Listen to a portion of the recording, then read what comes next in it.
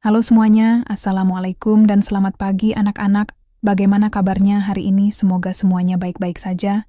Ya, sebelum pembelajaran dimulai, mari kita berdoa. Sesuai dengan kepercayaan kita masing-masing, berdoa dimulai. Selamat datang kembali di channel kita.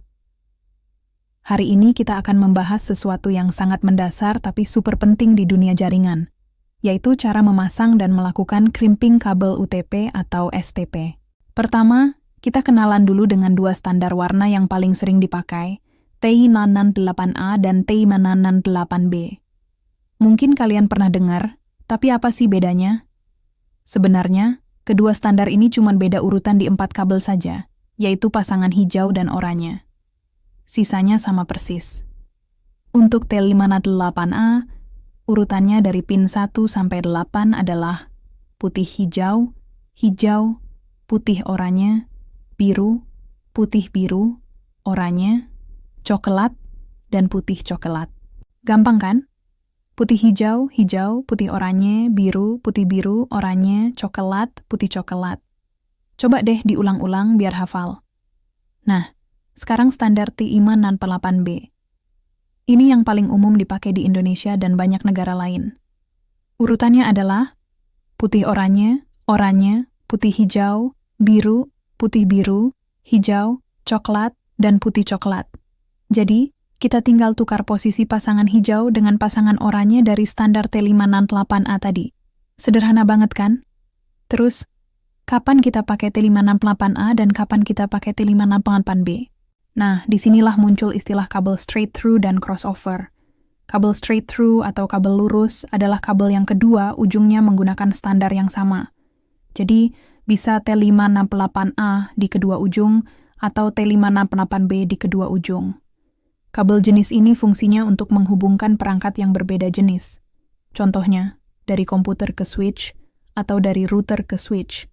Ini adalah jenis kabel yang paling sering kita temui sehari-hari. Lalu ada kabel crossover atau kabel silang. Kabel ini menggunakan standar yang berbeda di setiap ujungnya. Jadi, satu ujung pakai T568A dan ujung satunya lagi pakai T568B. Fungsinya untuk menghubungkan dua perangkat yang sejenis secara langsung, tanpa melalui switch. Misalnya, dari komputer ke komputer atau dari switch ke switch. Perangkat sekarang sudah cukup pintar untuk mendeteksi tipe kabelnya secara otomatis. Tapi sebagai teknisi, kita tetap wajib tahu konsepnya. Oke, sekarang kita sudah paham teorinya. Saatnya kita praktek. Apa saja alat yang kita butuhkan? Pertama, tentu saja kabel UTP atau STP. UTP itu Unshielded Twisted Pair, yang paling umum dipakai. STP itu Shielded Twisted Pair. Ada lapisan pelindung tambahan untuk mengurangi interferensi, biasanya dipakai di lingkungan industri. Kedua, kita butuh konektor RJ45. Ini kepala plastiknya yang akan kita pasang di ujung kabel. Pastikan beli yang kualitasnya bagus ya, jangan yang murahan karena gampang rusak. Ketiga, dan ini yang paling penting, adalah tang crimping. Ini alat multifungsi. Bisa untuk memotong kabel, mengupas kulit kabel luar, dan yang utama adalah untuk menekan atau mengkrimping pin konektor RJ45 ke kabel. Keempat, opsional tapi sangat direkomendasikan, yaitu LAN tester. Alat ini untuk memastikan kabel yang sudah kita buat berfungsi dengan baik dan tidak ada kesalahan urutan. Sekarang, mari kita mulai proses crimpingnya, langkah demi langkah. Langkah pertama, kupas kulit luar kabel. Ambil kabel UTP, lalu gunakan bagian pengupas pada tang crimping. Masukkan kabel sekitar 2-3 cm, putar tangnya perlahan, lalu tarik kulit luarnya. Hati-hati ya, jangan sampai melukai kabel-kabel kecil di dalamnya. Cukup kulit luarnya saja yang terkelupas. Setelah kulit luar terbuka, kalian akan melihat 8 kabel kecil dengan warna berbeda yang saling terpilin berpasangan. Langkah kedua adalah mengurai pilinan kabel tersebut dan meluruskannya. Luruskan satu persatu dengan jari sampai benar-benar lurus dan tidak ada yang bengkok. Ini penting, agar nanti mudah dimasukkan ke konektor. Langkah ketiga, susun urutan kabel sesuai standar yang ingin kita gunakan. Kita coba pakai standar T568B yang paling umum ya. Jadi urutannya, putih oranye, putih hijau, biru, putih biru, hijau, coklat, dan putih coklat. Rapikan susunannya. Pastikan sejajar dan tidak ada yang menyilang. Pegang erat-erat agar urutannya tidak berubah. Langkah keempat, potong ujung kabel agar rata. Setelah tersusun rapi, kita perlu meratakan ujungnya. Gunakan bagian pemotong di tang krimping, potong semua ujung kabel sekaligus sehingga panjangnya sama dan permukaannya benar-benar rata. Sisakan panjang kabel yang sudah lurus sekitar 1,5 cm saja dari batas kulit luar. Jangan terlalu panjang, karena nanti tidak kokoh.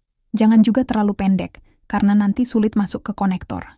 Langkah kelima, masukkan kabel ke dalam konektor RJ45.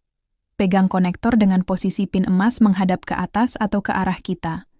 Lalu, masukkan susunan kabel yang sudah rata tadi ke dalam konektor. Dorong perlahan tapi pasti. Pastikan setiap kabel masuk ke jalurnya masing-masing. Dorong terus sampai semua ujung kabel menyentuh bagian paling dalam konektor. Dan yang paling penting, pastikan juga kulit luar kabel ikut masuk ke dalam konektor dan terjepit di bagian belakangnya.